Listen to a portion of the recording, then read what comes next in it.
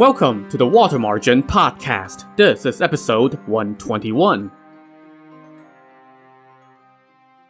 Last time, Song Jiang and company were on the brink of wiping out the Liao kingdom, in fictional prose if not in actual history. But the Liao decided to take a page out of the Middle Kingdom's book and spread some bribes around the Song capital. Next thing you know, the Song emperor had been convinced by his corrupt officials to accept the Liao's offer of truce, return all the captured territories and prisoners to the Liao, and recall the Song army. Disappointed at not being allowed to finish the job, but still more or less satisfied that the point had been made, Song Jiang and company packed up and prepared to return to the capital. As they were getting ready to head out, Zhishen, the flowery monk, went to see Song Jiang and said, "When I killed Butcher Zheng, I fled and a rich man sponsored me to become a monk on nearby Wutai Mountain, under the tutelage of the abbot Zhishen. But twice I got drunk and caused a ruckus at the monastery, so my master sent me to the Xiangguo monastery in the capital. Then, because I had to save Lin Chong from Marshal Gao's wicked scheme, I became an outlaw. And then I met you and followed you for a long time. I have been thinking about my master, whom I have not seen since my departure from his monastery. I often remember him telling me that despite my vicious nature, I will achieve sainthood one day. Now that the land is at peace, I would like to take a few days' leave and go see my master at Wutai Mountain. I want to donate all the riches I have been given as a reward to the monastery and ask my master about my future. Brother, you can go on ahead with the army. I will catch up with you." As he listened, Song Jiang remained silent, and then he said, "Why didn't you tell me there was a living Buddha nearby? I will go with you to pay my respects and to ask about my future as well." So Song Jiang now discussed the matter with his officers, and all the chieftains wanted to tag along, all except for Gongsun Sheng, since he belonged to a different religion. So Song Jiang left 4 junior chieftains with Lu Junyi to command the army, while he, all the rest of the chieftains, and 1,000 men set out toward Wutai Mountain with fragrant incense and loads of gold and silver in tow. So as it turns out, this abbot Zhishen on Wutai Mountain was a famous monk at the time and was regarded as a living Buddha who could foresee the future. No wonder everybody wanted to go see him. In fact, remember that when Lu Zhishen joined his monastery, Abbot Zhishen had predicted that Lu Zhishen was destined for karmic greatness and thus should be taken in. When Song Jiang and company arrived at Wutai Mountain, they left their soldiers camped out at the foot of the mountain and sent someone to deliver a message to the monastery. Meanwhile, Song Jiang and his chieftains changed into their official brocade battle robes and went up the mountain on foot. As they approached the monastery gates, they could hear the sound of bells and drums echoing from inside, and all the monks came out to welcome them, offering their respects to Song Jiang and Lu Zhishen. Now, quite a number of these monks were at the monastery when Lu Zhishen was there, and they were astonished and impressed to see him now, accompanied by 100-some officers, including the vanguard general of the newly victorious Song army. For his part, I'm just imagining Lu Zhishen acting as a tour guide the whole way in, pointing out that he destroyed the idols by this gate, beat up a bunch of monks in that sutra hall, and took a dump on the ground behind that shed. Anyway, the monks told Song Jiang that the abbot was meditating and thus could not come out to welcome him. They then invited the visitors to the guest parlor for tea. Momentarily, an attendant came in and said that the abbot had just finished meditations and was now waiting for them in his quarters. So Song Jiang and his 100-some brothers went to the abbot's quarters where they exchanged greetings. Song Jiang sized up the abbot and saw that he was a man in his 60s with white hair and eyebrows and the fine bone features of someone who had long resided in remote mountains. Once everyone entered the abbot's quarters, Song Jiang asked the abbot to take his seat, and then Song Jiang and his brothers lit incense and bowed to pay their respects. The abbot now looked over at Lu Zhishen and said, "My pupil, you have been gone for many years, and you're still killing and burning." To this, Lu Zhishen had no answer, and he just remained silent. Song Jiang, however, stepped forward and said to the abbot, "I have long heard of your pure virtue, but was never fortunate enough to have the chance to gaze upon your noble visage. Today, I happen to be in the area because I was sent by His Majesty to defeat the Liao, and so I am able to come offer my homage to a great prelate. It is the honor of a lifetime. Zhishen is my brother. Even though he has killed and burned, he has never harmed good people, and his heart has always been pure. He was the one who led us here to see you." The abbot replied, "We often have high-ranking prelates visit our monastery, and they mention the current affairs of the outside world. I have long heard that you, General, deliver justice on behalf of heaven and are loyal and honorable at heart. I also know that your brothers value honor above all else, so my pupil Zhishen can do no wrong in following you." Song Jiang thanked the abbot for that high praise. Now, Lu Zhishen took out a bundle of gold, silver, and silks and presented it to his master. The abbot asked, "Where did this stuff come from? I will never accept anything obtained via dishonorable means." "I saved all this from the many rewards that I have earned," Lu Zhishen said. "I have no use for them, so I want to offer them to you for communal use in the monastery." "We would have a hard time spending all this," the abbot said. "So let me use this money to buy a set of sutras in your name so as to help you expiate your sins and attain nirvana." Lu Zhishen thanked the abbot. Now Song Jiang took out his own bundle of swag and presented it to the abbot, but the abbot steadfastly refused. But Song Jiang said, "If you will not accept it, then you can use it to buy a vegetarian feast as a gift to all the monks." After the back and forth over the giving and receiving of swag, Song Jiang and company spent the night at the monastery, and the abbot treated them to a vegetarian meal. The next day, after another vegetarian feast, the monks rang their bells and beat their drums in the temple. Abbot Zhishen assembled members of the order, ascended his dais, and delivered a sermon. All the monks showed up dressed in their cassocks and sat down in the temple. Song Jiang, Lu Zhishen, and the other chieftains stood to the side and watched.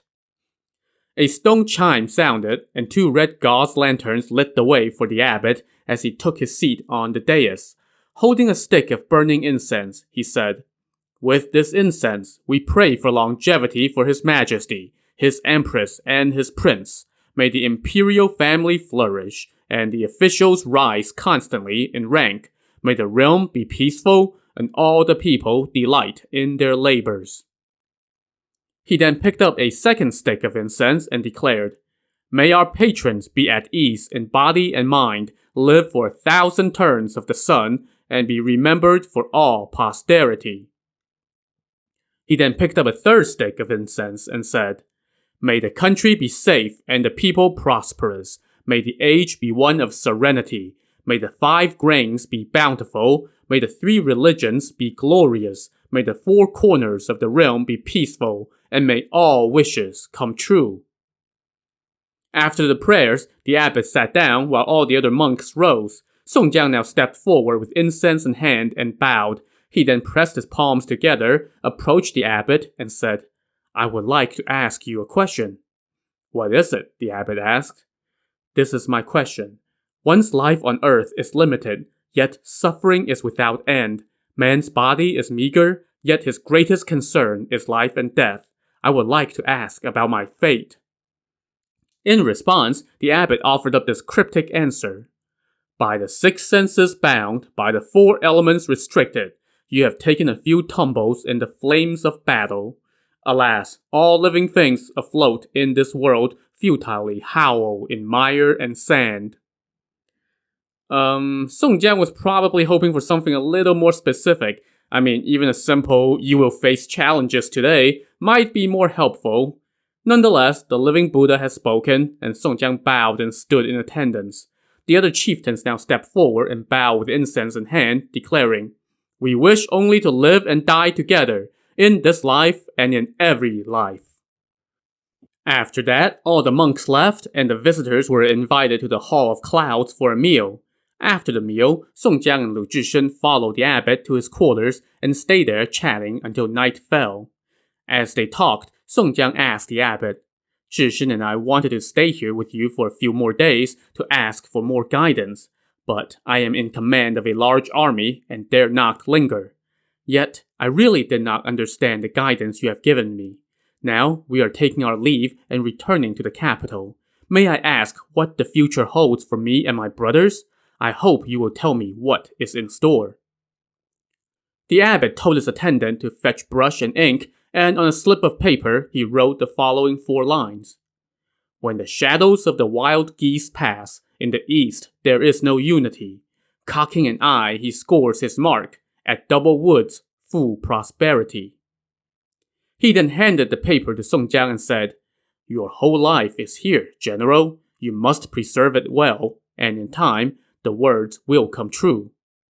Song Jiang read the lines over, but he still did not understand their meaning, so he asked the abbot again, I am foolish and do not understand. I beg you to explain clearly. Should I expect good or ill? These are mystic Buddhist words, the abbot said. You must think them over on your own. I cannot explain them plainly, lest I leak heaven's secrets.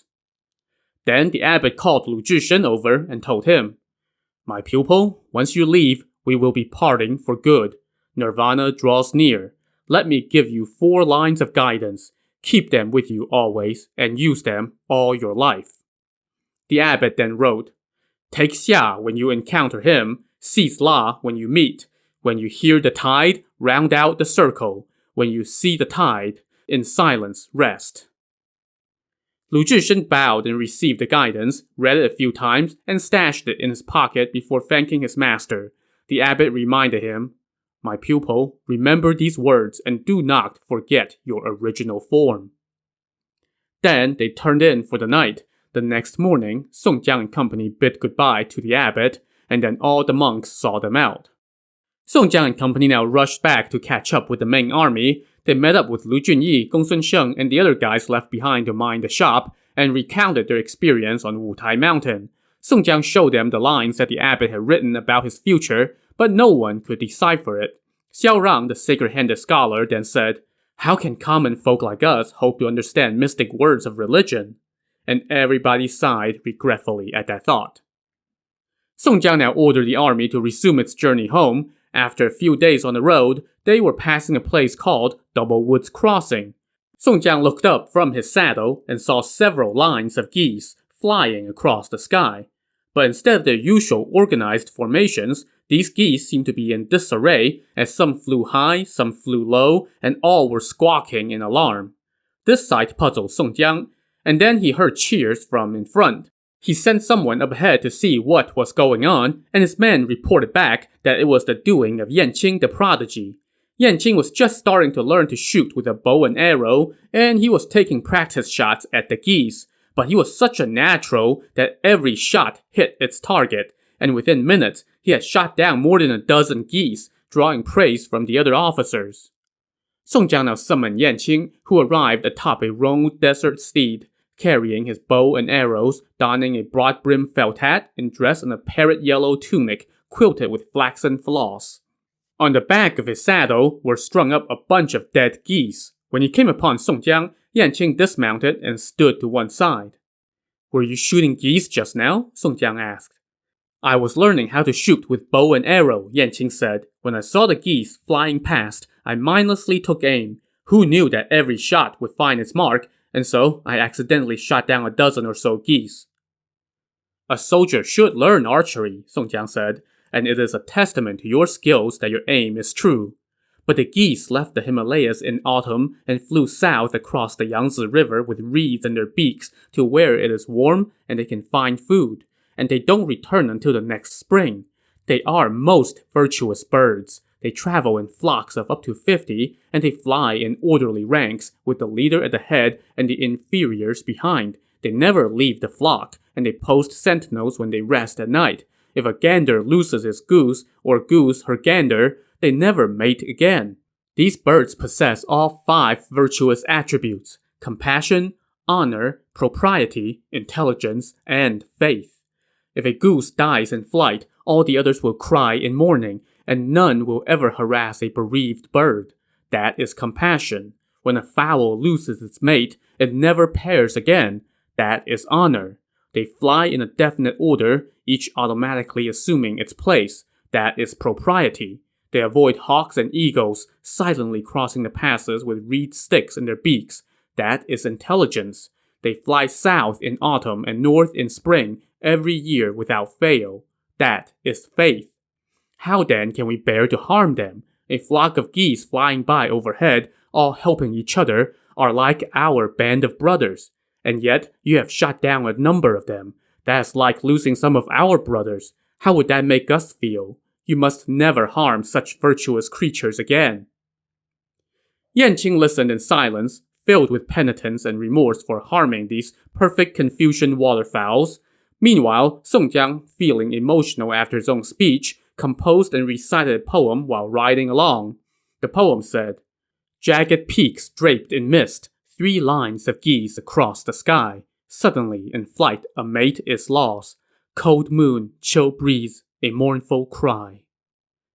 Well, those lines didn't exactly help cheer him up. In fact, after reciting the poem, he felt very depressed. That night, as the army camped at Double Woods Crossing, he sat in his tent, again lamenting the death of such noble creatures. As he brooded, he called for brush and paper and composed another piece, which said, "Far from the startled scattered flock, in the vast clear firmament, a wild goose flies, a lone shadow seeking a sheltering pond, finding naught but dry grass and wastes, open water, endless skies. No poet, I can only set down these few thoughts. Dusk in an empty ravine, campfire smoke in an ancient fort. I'm more dejected than I can say. Though we've cleared the reeds, we've not place to spend the night. When, oh when, will we see once more the gate to our homeland? Drearily I sob and sigh, longing to depart this hateful river. Would that spring come soon again, with swallows nesting in the beams."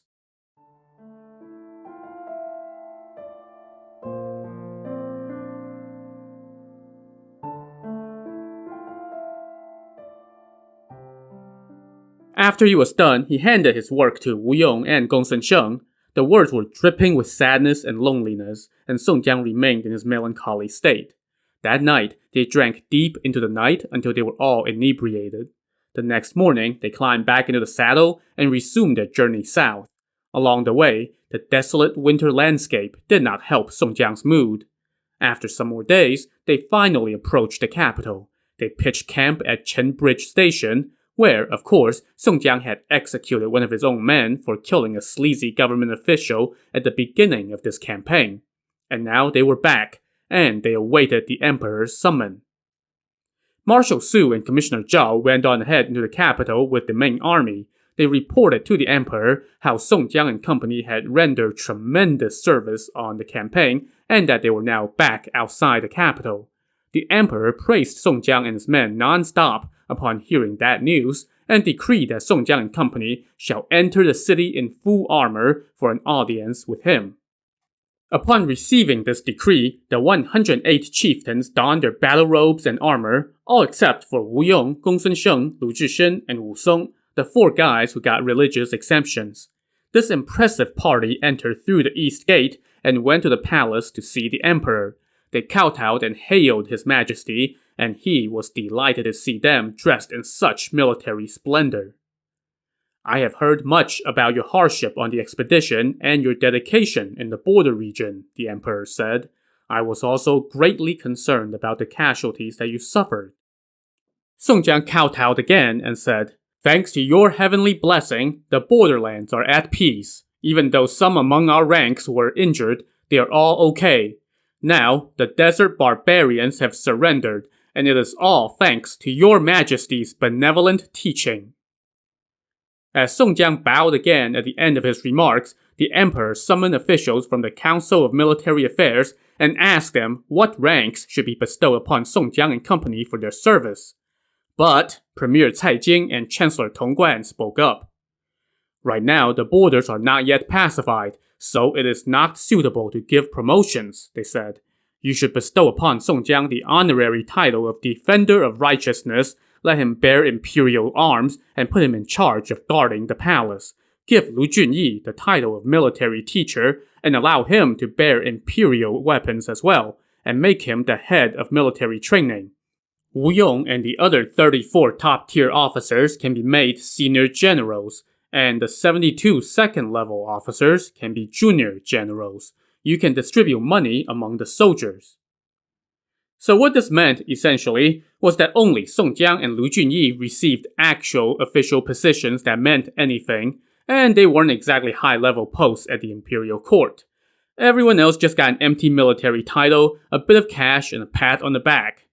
Alas, the emperor went along with those suggestions. Song Jiang and company bowed to offer their thanks, and the emperor threw them a lavish feast. At the end of the feast, the emperor bestowed upon Song Jiang a brocade robe, a set of golden armor, and a fine horse. All the chieftains also received rewards from the treasury. They all kowtowed to show their gratitude, and then exited the palace, left the city through the west gate, and returned to their camp to await further orders from the court.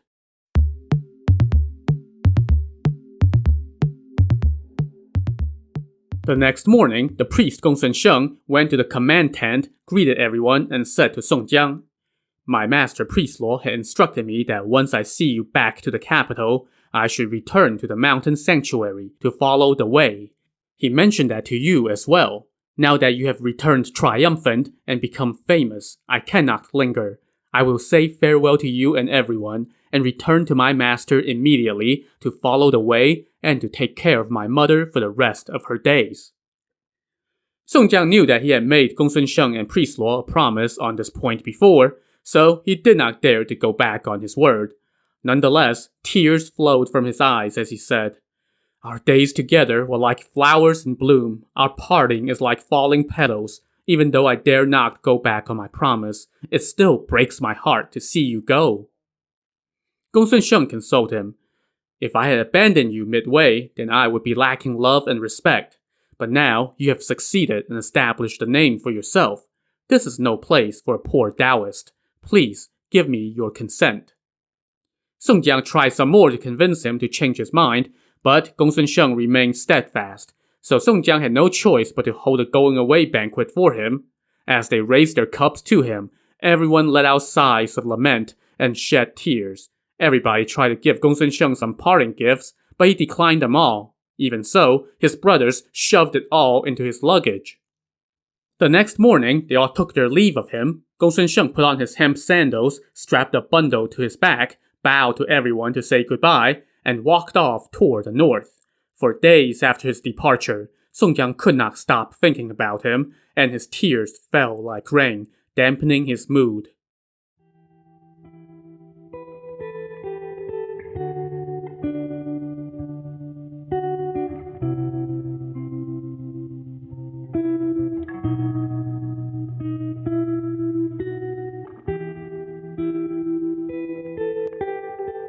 Soon, the new year was fast approaching, and all the court officials prepared to celebrate.